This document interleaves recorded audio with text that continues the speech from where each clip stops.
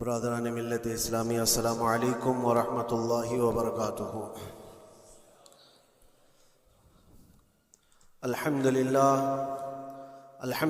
الحنان المنان الذي خلق الانسان وعلمه البيان، والصلاة والسلام على رسوله سيد الانس والجان وعلى آلہ واصحابہ ذوی الخیر والاحسان، اما بعد فأعوذ بالله من الشيطان الرجيم، بسم الله الرحمن الرحيم۔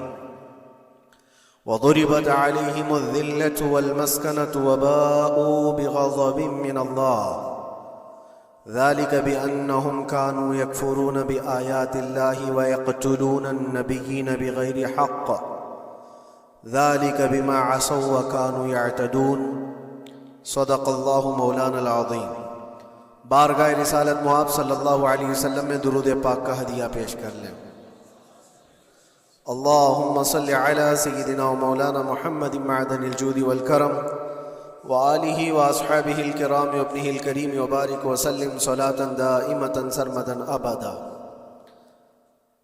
اقبال نے کہا ہے، ستیزہ کار رہا ہے ازل سے تا امروز، شرار بولہبی سے چراغ مصطفی۔ مطلب یہ ہے کہ شروع کے دنوں سے ہی اس کائنات میں، اس دنیا میں ایک معرکہ چلتا آ رہا ہے۔ معرکہ مطلب جنگ، مقابلہ۔ وہ کس چیز کا ہے؟ اقبال کہتا ہے ستیزہ کار رہا ہے ازل سے تا امروز، شروع سے لے کے آج تک ایک مقابلہ چلتا آ رہا ہے۔ وہ مقابلہ کس کا ہے؟ شرار بولہبی سے چراغ مصطفی کا۔ مصطفیٰ کریم صلی اللہ علیہ وسلم کی چراغ کی روشنی کا مقابلہ ابو لہب کی شرارتوں کے ساتھ۔ تو ایک تو یہ کہ استعارہ ہے، اس سے پہلے بھی فرعون و موسیٰ کا، نمرود و ابراہیم کا علیہم السلام، یہ مقابلہ اس روئے ارضی پر چلتا رہا اور حق و باطل کے معرکے ہوتے رہے اور ہوتے بھی رہیں گے۔ فی زمانہ ہم جو حالات دیکھ رہے ہیں پوری دنیا میں، آج جنگوں کے حالات جو پیش کیے جا رہے ہیں، لوگ تو اب یہ خبریں ایسے سن رہے ہیں، کسی کے ہاں بم گرنے کی، میزائل گرنے کی، تو ایسا لگ رہا ہے جیسے بچے پٹاخے پھوڑ رہے ہیں۔ لوگ یہاں خبریں لے کر کے مزے لے لیتے ہیں، پھر فارورڈ کر دیتے ہیں۔ موت اتنی آسان ہو گئی ہے کہ اللہ کے نبی صلی اللہ علیہ وسلم نے 1400 سال پہلے یہ ارشاد فرمایا تھا کہ ایک زمانہ آئے گا کہ حرج بڑھ جائے گا۔ تو صحابہ نے پوچھا تھا یہ حرج کیا ہے؟ تو حضور اکرم صلی اللہ علیہ وسلم نے ارشاد فرمایا تھا کہ قتل بہت زیادہ ہوگا، ایک دوسرے کا قتل اتنا زیادہ ہونے لگے گا کہ لوگ اس کی پرواہ بھی نہیں کرتے۔ آج مجھے آج بتاؤ، دنیا پوری بہت سارے ایشوز پر بیٹھکیں کر رہی ہے، گلوبل وارمنگ پہ ہے، دنیا میں انوائرمنٹ کی چینجنگ پر، موسم کا تاپمان بڑھ رہا ہے، اس پر میٹنگیں ہو رہی ہیں، بڑی بڑی تنظیمیں بیٹھتی ہیں۔ یہ ڈھکوسلا ہے یہ دنیا کا، یہ مغربی دنیا، ویسٹرن کنٹریز کا دکھاوا ہے۔ یہ اینیمل لاورز کو بھی باہر لے کر کے آتے ہیں، ان کو بہت زیادہ کوریج دیا جاتا ہے۔ یہ کتے سے پیار کرنے والا ہے، یہ مرغی سے پیار کرنے والا ہے۔ ظالموں، 40,000 نہیں 50,000 لوگوں کو فلسطین میں تم نے ناحق مار دیا، اس پر کوئی بیٹھک نہیں کرتے۔ موت اتنی آسان ہے انسانوں کی۔ جنگ جس سے ہے، مقابلہ جس سے ہے، تمہارا آپس میں برابر کی طاقت کا مقابلہ ہو تو سمجھ میں آئے کہ ایک دوسرے کی فوجوں سے مقابلہ ہے، ادھر کی فوج بھی مر رہی، ادھر کی فوج بھی مر رہی ہے، لیکن نہتے بچوں کا کیا قصور؟ بلکہ وہ گود میں آئے ہوئے ابھی جنہوں نے شعور کی آنکھیں بھی نہیں کھولی، دودھ پیتے بچوں کے جو قتل ہوئے ہیں۔ تاریخ میں آپ نے پڑھا ہوگا فرعون نے 12,000 بچوں کا قتل کیا تھا، صرف اس گمان سے کہ اس نے خواب دیکھا تھا بنی اسرائیل میں ایک بچہ پیدا ہوگا جو اس کی سلطنت کو ہلاک کر دے گا۔ خواب کی وجہ سے کاہنوں نے اس کو بتایا تھا، اس نے خواب یہ دیکھا تھا کہ آسمان سے ایک تارا ٹوٹ کر اس کی گود میں گرا اور آگ لگ گئی۔ تو نجومیوں نے اس کی تعبیر یہ بتائی تھی کہ بنی اسرائیل میں ایک بچہ پیدا ہوگا جو تیری سلطنت کو ہلاک کر دے گا۔ اس ڈر سے بنی اسرائیل میں جو بھی بچہ پیدا ہوتا اس کو قتل کرتا تھا۔ اس نے تقریباً 12,000 بچوں کو قتل کر دیا تھا، اس ڈر سے کہ وہ بچہ تو نہ پیدا ہو جائے جو میری سلطنت کو ہلاک کرنے والا ہے۔ اور وہ موسیٰ علیہ السلام تھے، پیدا بھی ہوئے اور فرعون کے گھر میں ہی پلے۔ اللہ کا نظام ہے۔ لیکن میں یہاں اس لیے بتا رہا ہوں، فرعون ظلم میں پوری دنیا میں مشہور ہے۔ وہ عورتوں کو بھی ظالم اس طرح سے مارا ہے کہ جس کی تاریخ میں مثال نہیں ملتی۔ لیکن میں نے اپنی زندگی میں دیکھا، آج کے زمانے میں اسرائیل نام سے ایک ناجائز حکومت پر قابض شخص نے 12,000 نہیں 50,000 لوگوں کو سال بھر میں قتل کر دیا۔ یہ تاریخ کا بھیانک چہرہ ہے۔ آج لوگ اس کو ہلکے میں لے رہے ہوں گے، نیوز والے ایک طرفہ رپورٹ کرتے ہیں کیونکہ ان کو ان کے باپ داداؤں سے ڈر ہے، جہاں کی یہ کھاتے ہیں وہاں کی یہ گاتے ہیں۔ لیکن بعد کو یہ سچائیاں جنریشن میں منتقل ہوتی رہیں گی، کبھی تو آئے گا کوئی انصاف کی نظر رکھنے والا۔ اور انسانیت کا قتل کتنا بڑا قتل ہے، ایک شہر کے 50,000 لوگوں کو قتل کر دینا، اور ایسے کہ وہاں کی عمارتیں پورے راکھ کے ملبے میں چلی گئی۔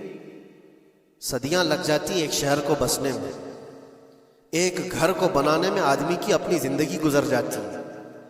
کیا کیا ارمانوں سے گھر بناتے ہیں، لیکن ایک پل میں کسی کا گھر اجاڑ دیا، اس کے سامنے تڑپتے ہوئے اس کے باپ کی لاش ہو، ماں کی لاش ہو۔ وہ تصویریں کہ آپ نے نہیں دیکھی کہ ایک باپ چھوٹی سی بیٹی کو لے کر کے دوڑ رہا ہے تو اس کا بیٹا الگ پیر اور ہاتھ جلے ہوئے بم سے تڑپ رہا ہے۔ وہ کس کے درد کو دیکھے؟ یہاں تک کہ میں نے دیکھا کہ بیٹی کو باپ یہ نصیحت کر رہا ہے، تھوڑا اور صبر کر لے بیٹا، شہادت ملنے والی ہے۔ کون کرتا ہے یہ؟ موت سے پہلے اپنے بچے کو اتنی تلقین کر دے۔ حالات ایسے۔ دوسرے ایک کہ وہاں پر کھانے پینے کی ایڈ کوئی جا نہیں سکتی، اس پر پابندی، دوائیاں نہ جائیں اس پر پابندی۔ دنیا کا کوئی قانون اس چیز کو جائز ٹھہراتا ہے؟ مجھے بتاؤ، آتنکواد کا راگ الاپنے والے ان باتوں کو کیا کہیں گے؟ انسانیت اگر کہیں ہے تو اس کا تصور تو کرو۔ کسی کے فنڈامنٹل رائٹس ہوتے ہیں، بیسک رائٹس ہوتے ہیں، کھانا پینا، یہ اس کا انسانی حق ہے۔ دشمنی تم سے جن کی ہے ان کے ساتھ مقابلہ کرو، عام شہریوں کے ساتھ نہیں۔ مخبر صادق رسول اکرم صلی اللہ تعالی علیہ وسلم کی تعلیمات دیکھو۔ جہاد کو لے کر جو پروپیگنڈا تم پھیلاتے ہو، اور ہر چیز کو جہاد کا لفظ دے کر کے ایک ایسا نیریٹو کریٹ کرتے ہو کہ لوگوں کے دماغ میں ایک پروپیگنڈا پھیل جائے۔ آؤ میں تمہیں سناتا ہوں، رسول پاک صلی اللہ تعالی علیہ وسلم جب صحابہ جہاد میں جاتے تو ان کو کن باتوں کی تلقین کرتے تھے؟ سب سے پہلے مجاہدین صحابہ سے کہتے، جس جگہ تم جا رہے ہو مقابلہ تمہارا جن کے ساتھ ہے انہی سے مقابلہ کرنا، جو تمہارے خلاف تلوار اٹھائے اس کے خلاف تم تلوار اٹھاؤ، اور راستوں پر بیٹھے ہوئے بوڑھوں کو ہاتھ نہ لگانا، کسی عورت کے ساتھ چھیڑ چھاڑ نہ ہو، حاملہ عورتیں اگر قید میں آ جائیں تو انہیں چھوڑ دینا۔ یہ حضور پاک صلی اللہ علیہ وسلم کی تعلیمات ہیں۔ حتیٰ کہ رسول کریم صلی اللہ علیہ وسلم نے یہ فرمایا، جس شہر میں تمہارا غلبہ ہو جائے، تم غالب آ گئے وہاں کی فوج پر، تو وہاں کے رہنے والوں کے بچوں کو نہ ظلم کرنا، ان کو نہ پکڑنا۔ پھر تعلیمات میں یہ ہے، وہ چاہے جس مذہب کے بھی لوگ ہیں ان کے معبدوں کو، ان کی عبادت گاہوں کو ختم نہیں کرنا، ان کی عبادت گاہوں کو توڑ پھوڑ نہ کرنا جس شہر میں تم جا رہے ہو۔ یہاں تک کہ حضور اکرم صلی اللہ علیہ وسلم کی تعلیمات تو دیکھو، حضور یہ تک فرماتے تھے مجاہدین صحابہ کو کہ جس شہر میں تم جا رہے ہو وہاں کے درختوں کے پتے بھی نہ اکھاڑنا، درختوں کو بھی نہ نقصان پہنچانا۔ جنگی تعلیمات کو آج کوئی نظر میں نہیں رکھتا ہے۔ دنیا کہتی ہے کہ جنگ کے دوران بھی کچھ اصول ہوتے ہیں، لیکن کوئی اصول نہیں۔ ہم نے دیکھا ہے جس کی طاقت ہے اس کا بول بالا ہے، یہ دنیا ان کے خلاف کبھی کوئی بات نہیں کرتی۔ آج سے تقریباً 20 سال پہلے بھی عراق کی کیا حالت تھی آپ نے دیکھا ہوگا۔ ایک جھوٹے پروپیگنڈے کی وجہ سے پورے عراق کو تباہ کیا گیا، آج تک وہ سنبھل نہیں پایا۔ نیوکلیئر پاور عراق کے اندر موجود ہے، اس کے ری ایکٹر وہاں پر موجود ہے، کیا کیا چیزیں اس زمانے میں پھیلائی گئی۔ سوشل میڈیا تو نہیں تھا اتنا، دنیا نے یہ مان لیا کہ ہاں دادا کہہ رہا ہے تو ہوگا، اور حملہ کیا اسی بنیاد پر۔ 20 سال ہو گئے، آج تک عراق میں کوئی نیوکلیئر پاور پلانٹ نہیں نظر آیا، کہیں نہیں۔ ایک جھوٹے پروپیگنڈے کی وجہ سے وہاں کے کتنے لاکھ لوگوں کو بے گھر ہونا پڑا ہے پتہ ہے۔ کچھ جگہ ایسی ہیں جہاں بم برسائے گئے، آج تک وہاں کوئی سبزہ نہیں اگتا، کوئی وہاں پر فصل نہیں ہوتی۔ میں نے خود اپنی آنکھوں سے دیکھا ایک نیا میدان جس پہ لوگ فٹ بال کھیلتے تھے، چند سالوں کے بعد دیکھو تو پورا میدان قبروں سے بھرا ہوا ہے، قبریں ہیں وہاں پر، پوری قبریں۔ لوگوں کو جنازہ اٹھانے کے لیے لوگ نہیں ملتے، موت اتنی عام کر دی گئی تھی۔ ان باتوں کو کوئی کہتا ہے؟ آپ نے سنا کبھی ابو غریب جیل کے متعلق؟ قیدیوں کے ساتھ جو وحشیانہ سلوک کیا ان گوروں نے، اللہ کی پناہ، بہت سخت قسم کے، دنیا میں بدنام زمانہ جیل اس کو کہا جاتا ہے۔ ہر طرح کی وہاں پر قیدیوں کے ساتھ آزمائشیں ہوئی، ہر طرح کی، ان پر کتے چھوڑ دینا، ان کی شرمگاہیں کاٹنا، ان پر پیشاب کرنا، ہر چیز جو انسانیت سوز ہے، انسانیت کو جلا دینے والی، یہ ساری حرکتیں کی گئی۔ دنیا خاموش ہے اس سلسلے میں۔ کیوں؟ سپر پاور کے 1000 گنا بھی ہضم کر لیے جاتے ہیں۔ چھوٹا ملک یا غریب آدمی کوئی بات کرے تو سارے اس پر ٹوٹ پڑتے ہیں۔ آج میں ایک چیز آپ کو بتانا چاہ رہا ہوں کہ یہ کوئی نئی چیز نہیں ہے جو ہو رہی ہے آج دنیا میں، یہ پھیلنے والی ہے اور قیامت کے قریب ہم آ چکے ہیں۔ ہو سکتا ہے دنیا پوری جنگوں کے لپیٹ میں ہو، جو رسول پاک صلی اللہ علیہ وسلم نے ارشاد فرمایا قتل اتنا بڑھ جائے گا کہ 100 لوگ ہوں تو 99 مر جائیں گے، ایک بچ جائے گا۔ قتل اتنا بڑھ جائے گا، یہ جنگ کی آگ ہو سکتا ہے آس پاس سب پھیل جائے، جس کی وجہ سے اس وبا میں، اس بلا میں سب ملوث ہونے لگ جائیں گے۔ اور ایک بات یہ بھی یاد رکھو، چاہے جیسی بھی حکومت ہو، تاریخ پوری اٹھا کر کے دیکھنا، ظلم کے بعد جو غرور و تکبر میں آ کر فرعون بننے کی کوشش کرتا ہے، اس کا انجام اللہ تعالیٰ بہت بھیانک فرماتا ہے، بہت بھیانک انجام ہوتا ہے۔ اب کے ظالم بھی اپنے انجام کے بہت قریب آ چکے، انہوں نے ظلم اتنا کیا ہے، وہ بچوں کی آہیں، وہ عورتوں کی چیخیں کیا بارگاہ رب العزت میں نہ پہنچی ہوں گی؟ رب تبارک و تعالیٰ خود فرماتا ہے سَيَعْلَمُ الَّذِينَ ظَلَمُوا أَيَّ مُنْقَلَبٍ يَنْقَلِبُونَ، ان قریب ظالم یہ دیکھ لیں گے کہ کس پلٹی میں اللہ تعالیٰ انہیں گرانے والا ہے۔ جو جال وہ اپنے دشمنوں کے لیے بنتے ہیں، اللہ تعالیٰ اسی جال میں ان کو پھنساتا ہے۔ آج دیکھنا آپ، تاریخ کی سچائیاں آپ کو اس بات کا جواب دیں گی۔ ظالم یہ سمجھتا ہے کہ میں خدا کے برابر ہو چکا، مجھے کوئی بھی ہلاک نہیں کر سکتا۔ اللہ تعالیٰ فرماتا ہے اِنَّمَا تَكُونُوا يُدْرِكْكُمُ الْمَوْتُ وَلَوْ كُنْتُمْ فِي بُرُوجٍ مُشَيَّدَةٍ، تم مضبوط قلعے میں کیوں نہ بیٹھے ہو، موت تمہارے پاس آ کر پکڑ لے گی۔ اور رب تبارک و تعالیٰ کے لیے کوئی چیز ناممکن ہے۔ لوگ آج ہوا بناتے ہیں کہ ایئر ڈیفنس سسٹم اتنا بڑا ہے کوئی کچھ نہیں کر سکتا۔ ایک چھوٹے سے پتے سے ایک ناجائز کنٹری کو محفوظ دکھانے کے لیے دنیا پتہ نہیں کیا کیا باتیں وائرل کرتی ہے۔ اسرائیل کے پاس آئرن ڈوم ہے، ایئر ڈیفنس سسٹم اتنے بڑے ہیں، کوئی نہیں آ سکتا۔ وہ خدا ہے؟ کوئی خدا ہے؟ لیکن دنیا آج دیکھ رہی ہے، بہت ساری چیزوں کو دیکھ رہی ہے۔ مجھے یہاں پر کسی کے سلسلے میں نہیں کہنا ہے، لیکن ایک بات کہنا ہے کہ نشہ میں چور، گھمنڈ میں چور جو بندہ ہوتا ہے، اللہ تعالیٰ کبھی اس کو مچھر سے بھی ہلاک کرتا ہے۔ بہت بڑی طاقت کا اس سے مقابلہ ہونا ضروری نہیں. تمہارے پاس ہوگا بہت بڑا سسٹم، لیکن رب تبارک و تعالیٰ جب انتقام لے لے تو پھر تمہارے لیے بہت بڑی طاقتوں کی ضرورت نہیں. آپ ہمیں تاریخ بتاؤ. عراق میں نمرود ایک زمانے میں اس طرح کی حرکت کیا تھا کہ اس نے بہت بڑی عمارت بنائی تھی، اور اس کے مطابق بات یہ تھی کہ وہ 1000 لوگوں سے تنہا لڑ سکتا تھا، اتنی اس کی طاقت تھی. شیر سے خود مقابلہ کرتا تھا، کبھی ڈرتا نہیں تھا.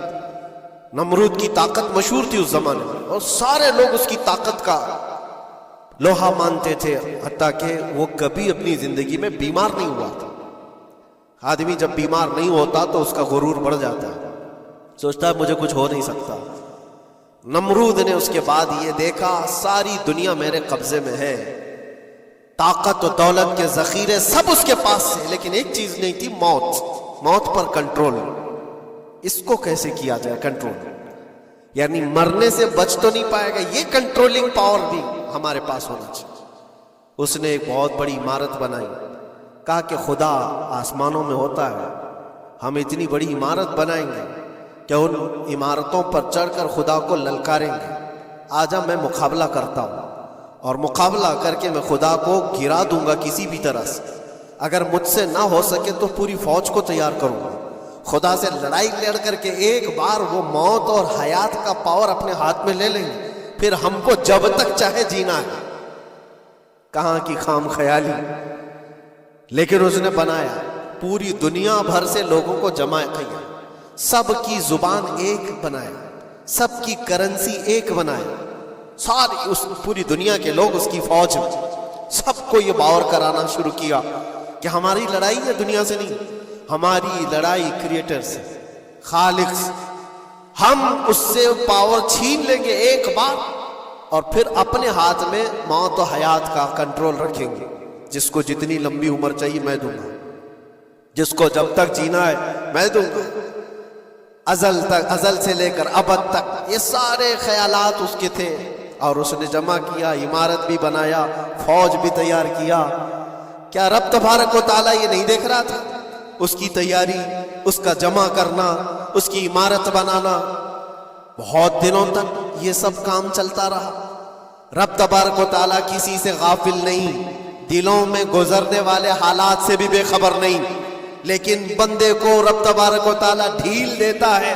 قرآن میں رب تعالیٰ فرماتا ہے وَلَا يَحْسَبَنَّ الَّذِينَ كَفَرُوا أَنَّمَا نُمْلِي لَهُمْ خَيْرٌ لِأَنفُسِهِمْ إِنَّمَا نُمْلِي لَهُمْ لِيَزْدَادُوا إِثْمًا. کافر جو ان کو ڈھیل ملی ہے یہ نہ سمجھیں کہ ہم نے جو ان کو چھوڑ رکھا ہے ان کے لیے بہتر ہے، بلکہ اس لیے ہم چھوڑ رکھیں کہ وہ اور زیادہ کریں، اور زیادہ کریں. لیزدادوا اثما ولہم عذاب مہین، پھر ہم ذلت والا عذاب انہیں دینے والے ہیں. یہ مت سمجھ لو کہ رب تبارک و تعالیٰ ان سب چیزوں سے بے خبر ہے. نمرود اتنا سب کرتا رہا، اللہ نے اس کو چھوڑ رکھا. بنا لے، لمبی عمارت بنا، فوج بھی بنا لی، ساری چیزیں بنا لیا. مقابلے کے لیے اس نے دن بھی طے کر لیا. اس کے بعد اس کو خدا سے لڑائی لڑنی تھی. کہاں خدا تک پہنچنے کی بات، لیکن بندہ جب غرور و تکبر میں آتا ہے تو وہاں تک بھی سوچتا ہے. اسے موت پر کنٹرول حاصل کرنا تھا، بس یہ ایک چیز تھی. پھر جب وہ دن آیا، کتابوں میں ملتا ہے اللہ تبارک و تعالیٰ نے فرشتے اس کی جو تعداد ہے اس کا کسی کو علم نہیں. بارش کے جتنے قطرات گرتے ہیں نا، ایک ایک فرشتہ بوند لا کر رکھتا ہے. اب آپ اندازہ کر سکتے ہیں فرشتوں کی تعداد کتنی ہو سکتی. اس میں جو بڑے فرشتے ہیں وہ جبرائیل، میکائیل، اسرافیل اور اسرائیل علیہم السلام، جو سردار ملائکہ ہیں، فرشتے ہیں. ان کے اپنے اپنے کام ہیں، بہت پاورفل فرشتے ہیں. ان کی بات نہیں کرنا. کسی ایک عام فرشتے کو رب تبارک و تعالیٰ نے بلایا اور فرمایا جاؤ زمین پر، ہمارے ایک بندے نے ہم سے لڑائی کا ارادہ کر لیا ہے. اس کی طاقت و قوت اور اس کی جمع شدہ ساری چیزوں کو دیکھ کر کے آؤ. وہ فرشتہ زمین پر آیا، جس جگہ پر اس نے یہ سب جمع کیا تھا. فرشتہ اتر کر صرف اپنے پیر ہلایا تھا، پوری عمارت بھسم ہو گئی. کچھ نہیں کیا تھا، اس کی بنائی ہوئی عمارت بھسم ہو گئی. جتنی فوج جمع کیا تھا سب کیڑے مکوڑوں کی طرح مر گئے، اور سب کی زبانیں مختلف ہو گئی، کوئی ایک دوسرے کو پہچان نہیں پا رہا۔ یہ منٹوں کی بھی بات نہیں تھی، سیکنڈوں کی بات تھی۔ فرشتہ واپس چلا گیا، نمرود کا زوال ہو گیا، ختم ہو گیا۔ یہ تاریخ کی ایک بات ہے، اور یہ روایت ہم اپنی کتابوں میں نہیں رکھتے، یہ روایت یہودیوں کی کتابوں سے ہی ہے۔ یہودی اس بات کو یقین کرتے ہیں، اور اسی وجہ سے اس بات پر وہ دوبارہ عمل کرنے کے لیے پھر کوشش میں ہے۔ نیو ورلڈ آرڈر جو کہا جاتا ہے، پوری دنیا کو اکٹھا کرنا، ایک کرنسی بنانا، ایک لینگویج پر لانا، اور سب کو ملا کر کے ایک طاقت حاصل کرنا، اسپیس پر جانا، اور پھر وہی چیزیں دہرانی جا رہی ہے دنیا۔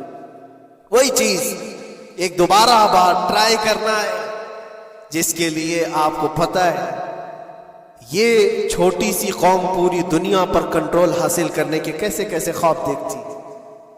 اگر آپ جائیں، اسلام دشمنی تو ان کی پرانی ہے، لیکن یہ جو 50,000 لوگوں کا قتل ہے، یہ صرف اور صرف ان کے اپنے ایک چھوٹے مقصد کے لیے۔ ہو سکتا ہے بہت ساری باتیں ہوں، غزہ پٹی ایک ہی علاقہ بچا ہوا ہے فلسطین کا، باقی سب تو یہ قبضہ کر چکے۔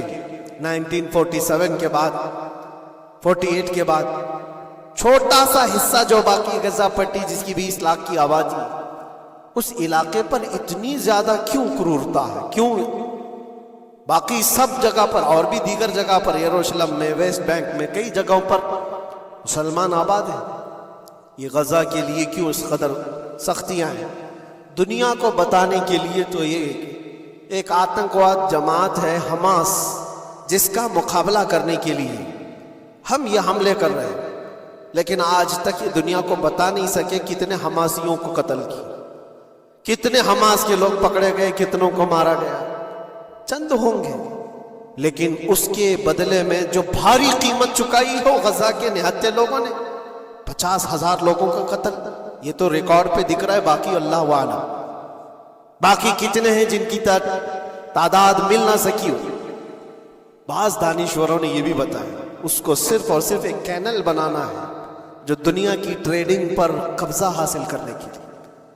جو سوئس کینال ہے ایجپٹ کا، جس سے میڈیٹرین سی سے لے کر کے گزرتے ہیں، 2 سمندروں کو جوڑنے کے لیے ایک کینل ہے مصر میں، ایجپٹ میں، جہاں سے ایجپٹ ہر گزرنے والے جہاز سے ٹیکس لیتا ہے، ہر گزرنے والے جہاز سے ایک بھاری قیمت لیتا ہے، جس سے ٹریڈنگ پر اثر بھی رہتا ہے۔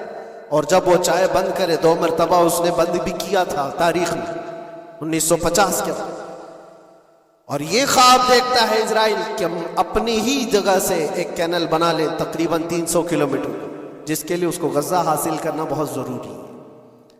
یہ بعض لوگوں کی اپنی تحقیق ہے۔ تو کیا کوئی اپنے مفاد کا حاصل کرنے کے لیے 50,000 لوگوں کا قتل کر سکتا ہے؟ دنیا کو یہ بھیانک چہرہ بھی تو معلوم ہونا چاہیے۔ اگر ان کو کوئی راستہ بنانا ہے تو اس کے لیے انسانیت کا قتل کرنا۔ میں آپ کو ایک بات عرض کیے دیتا ہوں، قرآن پاک نے جو فرمایا وہ حق ہے، 100% حق ہے۔ اللہ نے فرمایا، میں نے خطبے کے بعد جو آیت پڑھی، وَضُرِبَتْ عَلَيْهِمُ الذِّلَّةُ وَالْمَسْكَنَةُ، اللہ فرماتا ہے ان پر ذلت اور غربت لکھ دی گئی ہے۔ کس پر؟ یہودیوں کے متعلق۔ وَبَاءُوا بِغَضَبٍ مِّنَ اللَّهِ، اور اللہ کے غضب میں رہیں گے وہ ہمیشہ۔ آپ سورہ فاتحہ میں پڑھتے ہیں نا، غیر المغضوب علیہم ولا الضالین۔ مغضوب کا مطلب کیا ہے؟ جن پر اللہ کا غضب ہوا، اور وہ یہود قوم ہے۔ قرآن پاک کی میں آپ کو بات بتا رہا ہوں، اور اللہ تعالیٰ فرماتا ہے وجہ کیا ہے؟ ذالک بانہم کانوا یکفرون بآیات اللہ، وہ اس لیے کہ اللہ کی نشانیوں کو ٹھکراتے، ویقتلون النبیین بغیر حق، اور اللہ کے نبیوں کو ناحق قتل کرتے۔ اب دنیا کو یہ افسوس ہو رہا ہوگا، جیسے میں نے ابھی بتایا 50,000 لوگوں کا قتل وہاں کر دیا، ایران میں گھس گیا، شام میں گھس گیا، لبنان میں گھس گیا، ہر جگہ مار مار مار اور لوگوں کا قتل۔ میرے عزیزو، یہ تو عام لوگوں کا قتل ہے، اور قرآن یہ کہتا ہے یہ وہ قوم ہے جو اللہ کے نبیوں کو قتل کرتی تھی۔ اور تاریخ میں ہے تقریباً 10,000 نبیوں کو انہوں نے قتل کیا ہے، 10,000 نبیوں کو انہوں نے قتل کیا ہے۔ صرف اپنی من مانی بات نہ پائے جانے کی وجہ سے۔ حضرت زکریہ علیہ السلام کی بات معلوم ہے، یہ تو بیت المقدس کے متولی تھے۔ زکریہ علیہ السلام بیت المقدس کے امام تھے، جن کا ذکر ہے قرآن پاک میں۔ حضرت زکریہ علیہ السلام کے پیچھے یہی قوم جو ان کی امت میں تھی، یہودیوں کے لیے بھی وہ مقدس نبی تھے، لیکن ان ظالموں نے حضرت زکریہ علیہ السلام کو دشمنی میں رکھ کر کے ایسا قتل کیا تھا، اللہ اکبر۔ زکریہ علیہ السلام ان سے بھاگ کر کے نکلے تھے اور ایک درخت کو جا کر کہا، اے درخت کھل جا، میں تجھ میں آتا ہوں۔ درخت کھل گیا، حضرت زکریہ علیہ السلام اس میں اندر چلے گئے، درخت پھر بند ہوا۔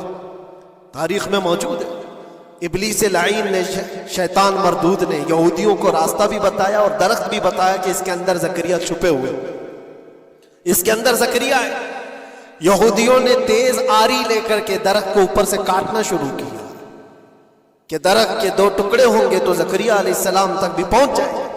انہوں نے آری سے کاٹتے کاٹتے کاٹتے ان کے سر تک پہنچا دیا، اور جب حضرت زکریہ علیہ السلام کو اپنے سر کے اوپر سے کٹنے کی آواز آنے لگی تو اب سوچا کہ اب یہ آری سے پورا کٹ جائے گا۔ اللہ تعالیٰ کی طرف سے ندا آئی، اے زکریہ صبر کر لو، اگر تم اس پر آواز نکالو گے تو صبر والوں میں سے تمہارا نام نکل جائے گا۔ یہاں تک کہ تاریخ میں ہے وہ یہودیوں نے آری سے کاٹتے کاٹتے حضرت زکریہ علیہ السلام کے سر کو چیر دیا اور جسم کے دو ٹکڑے ہو گئے۔ اللہ کے نبی خاموش رہے، صبر کر کے رہ گئے۔ ان کے بیٹے یحییٰ علیہ السلام نے یہودیوں کے ایک گورنر یا بادشاہ کو یہ کہا تھا کہ ایک نکاح میں دو بہنوں کو رکھنا جائز نہیں۔ اس نے دو بہنیں ایک ساتھ اپنی زوجیت میں رکھا تھا۔ صرف اتنی بات پر حضرت یحییٰ علیہ السلام صرف 33 سال کے جوان تھے، اس یہودی ظالم نے یحییٰ علیہ السلام کے سر کو کاٹ کر کے برتن میں لا کر ناشتے میں رکھا تھا۔ اللہ کے نبی کی بات کر رہا ہوں، اللہ کے نبی کے سر کو کاٹ کر تشت پہ رکھا تھا، لیکن تاریخ کی سچائیاں بتاتی ہیں کہ وہ کٹے ہوئے سر سے یحییٰ علیہ السلام بولتے تھے، اے ظالم اب بھی میں کہتا ہوں ایک نکاح میں دو بہنوں کو رکھنا حرام ہے، حرام ہے۔ یہ اللہ کے نبیوں کی زندگی میں بتا رہا ہوں جن کے ساتھ انہوں نے کی۔ عیسیٰ علیہ السلام، یہ پاگل عیسائی جو آج ان کی کپڑوں میں جا کر بیٹھے ہوئے ہوتے ہیں جبکہ زندگی بھر یہ لڑتے رہے۔ قرآن بھی کہتا ہے وقالت اليہود لیست النصارى علی شیء وقالت النصارى لیست اليہود علی شیء، دونوں لڑتے تھے۔ یہودی کہتے عیسائی کوئی چیز ہی نہیں، عیسائی کہتے تھے یہودی کوئی چیز ہی نہیں۔ ان کی جنگیں اتنی خطرناک ہوئی، یہ سب لپا پوتی کر کے آج دکھاتے ہیں کہ ہم سب ایک ہیں۔ بہت گہری دشمنیاں ان کے درمیان تھی۔ عیسائیت، حضرت عیسیٰ علیہ السلام کو کیا کیا گیا؟ جب انہوں نے اپنے پیغامات پھیلائے تو عیسیٰ علیہ السلام کو بھی قتل کرنے کا منصوبہ یہودیوں نے بنایا تھا، اور پورے لوگ آ کر حضرت عیسیٰ علیہ السلام کے گھر کو گھیراؤ کر لی۔ عیسیٰ علیہ السلام کو اس رات اللہ تعالیٰ نے آسمانوں پر اٹھا لیا اور ایک یہودی کو اندر دیکھنے کے لیے بھیجا تھا یہودیوں نے کہ جا کر دیکھو عیسیٰ ہے کہ نہیں، تو اللہ تعالیٰ نے وہ آئے ہوئے یہودی کو عیسیٰ علیہ السلام کی شکل دے دی، عیسیٰ علیہ السلام کو اٹھا لیا۔ یہودی جو باہر کھڑے منتظر تھے، ہمارا آدمی اندر گیا ہے دیکھنے کے لیے، مارنے کے لیے، قتل کرنے کے لیے، ابھی تک آیا نہیں، تو سب کے سب اندر گھس گئے۔ دیکھا وہ آدمی بیٹھا ہوا ہے، اسی کو پکڑ کر لا کر سولی پر چڑھا دیا عیسیٰ سمجھ کر کے۔ لیکن اتفاق یہ ہے کہ اس کو پوری شکل نہیں دی گئی تھی، آدھی شکل عیسیٰ علیہ السلام کی تھی اور آدھی اس کی خود کی تھی۔ بعد میں یہودیوں میں خود اختلاف ہو گیا، ہمارا بندہ کہاں گیا جو ڈھونڈنے کے لیے گیا تھا، وہ غائب کہاں ہے؟ اور اگر یہ ہمارا بندہ ہے جو ڈھونڈنے کے لیے گیا تھا تو پھر عیسیٰ کہاں ہے؟ یہ اختلاف میں، یہ شک میں 550 سال گزر گئے۔ پھر میرے مصطفیٰ صلی اللہ علیہ وسلم تشریف لائے اور قرآن نے اس بات کو واضح کیا، نہ تم نے عیسیٰ کا قتل کیا، نہ سولی چڑھائی ہے، عیسیٰ علیہ السلام زندہ ہیں، اللہ نے آسمانوں پر انہیں اٹھایا۔ یہ تو عیسائیوں پر احسان ہے قرآن کا جو سچائیاں 550 سال پہلے کی بتایا۔ میرے عزیزوں، یہ تاریخ میں آپ کو بتا رہا ہوں، نبیوں کا قتل کرنے والی قوم، ان کے سامنے عام انسان کیا مانے رکھتے ہیں؟ یہ دنیا کی ساری قوموں کو حقیر سمجھنے والی قوم، دنیا کے پورے ذخیروں کو اپنی ملکیت سمجھنے والی قوم، ان کا عقیدہ ہے یہ دنیا کا جتنا گولڈ ہے، جتنا سونا ہے، اس پر صرف اور صرف ان کی قوم کا قبضہ ہونا چاہیے، پوری دنیا کو۔ آپ کو پتہ ہے مدینہ طیبہ میں حضور پاک صلی اللہ علیہ وسلم کی آمد سے پہلے یہ سب کے سب مدینے میں بسے ہوئے تھے، 550 سال سے انتظار کر رہے تھے حضور کے آنے کا، دوسری قوموں کو ڈراتے تھے، کیوں؟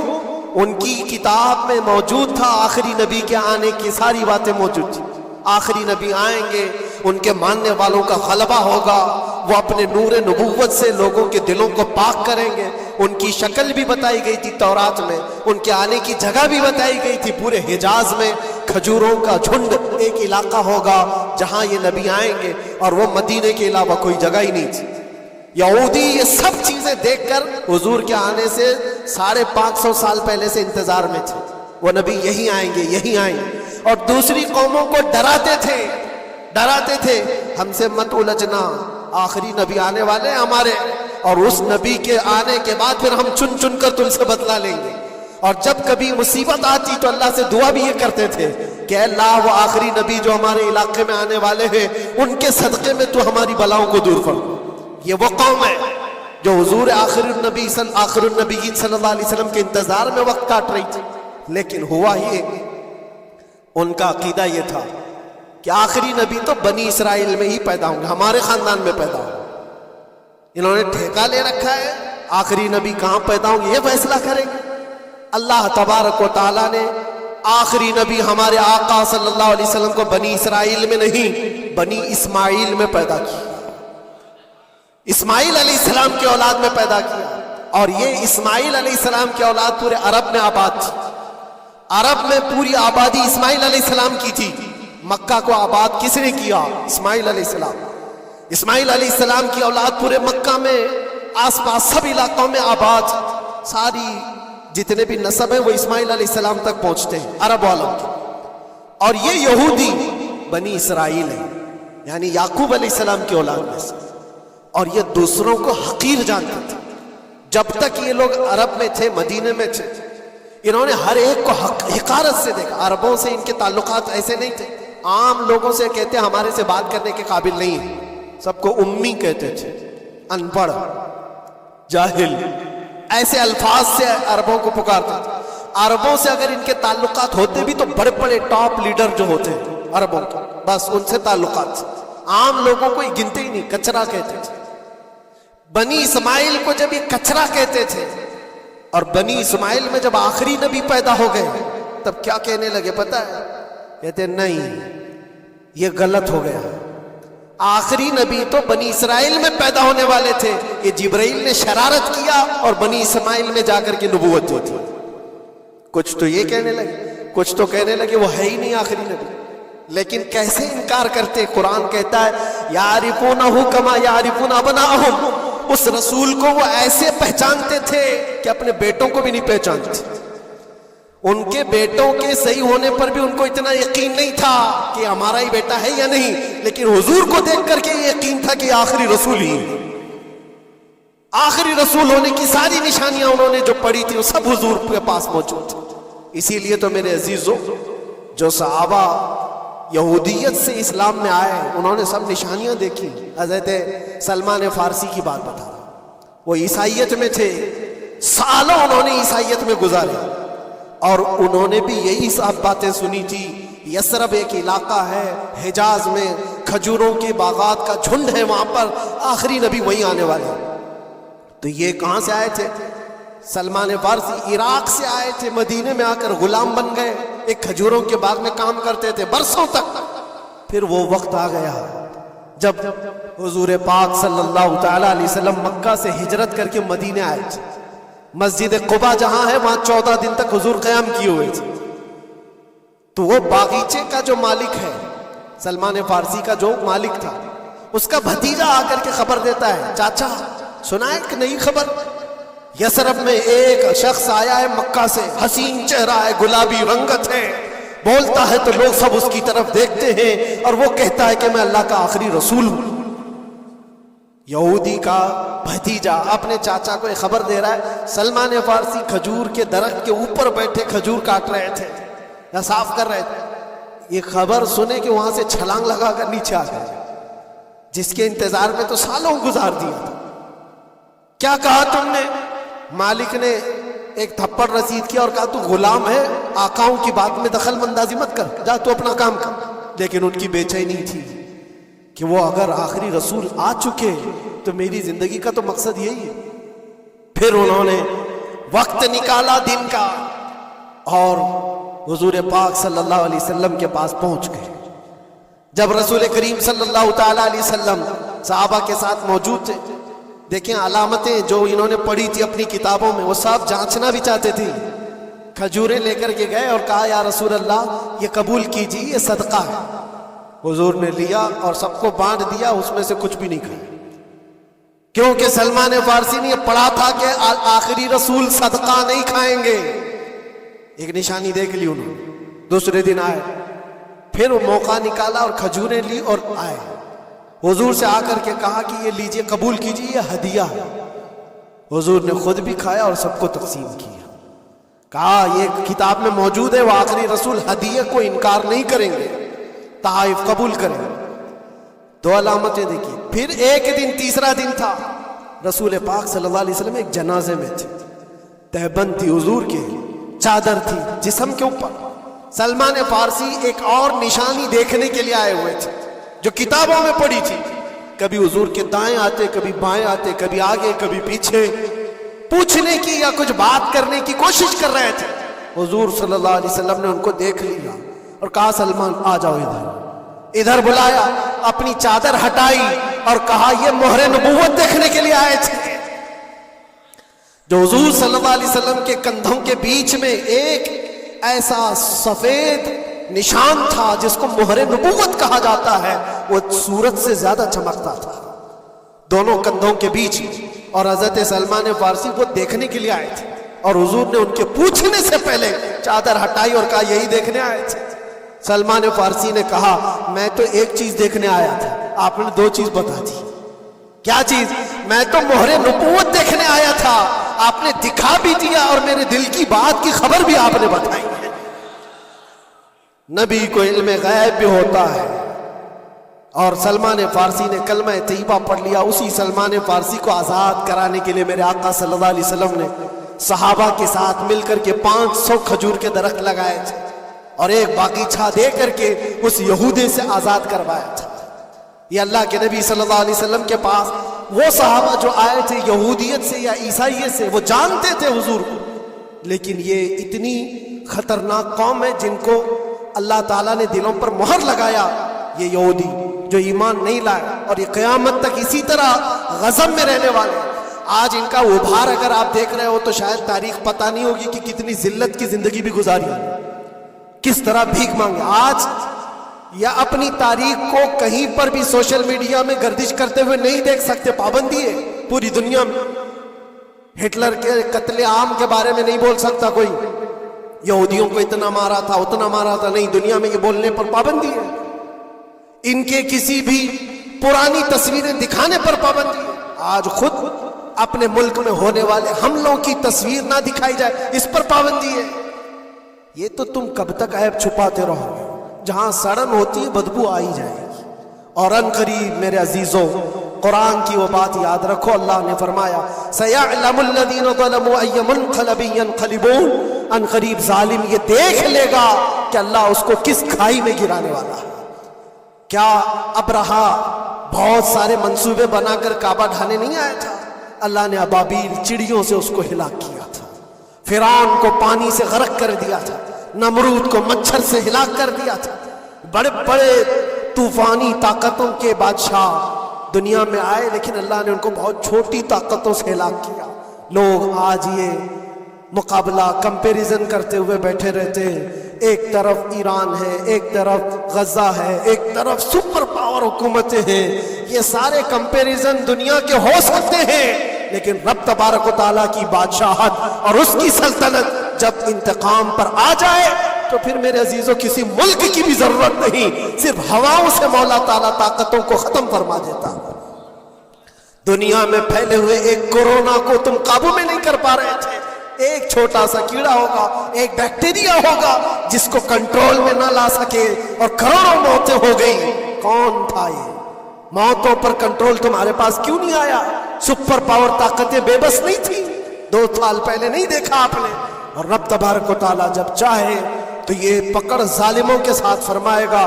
آج کے دور میں دعائیں بھی یہ کرو اور انجام کا انتظار بھی کرو. یہ تمہارا بھی امتحان ہے میرے عزیزوں. جو آگ پڑوس میں لگی ہے اس کی چنگاریاں تمہارے گھر کو بھی جلا سکتی ہیں.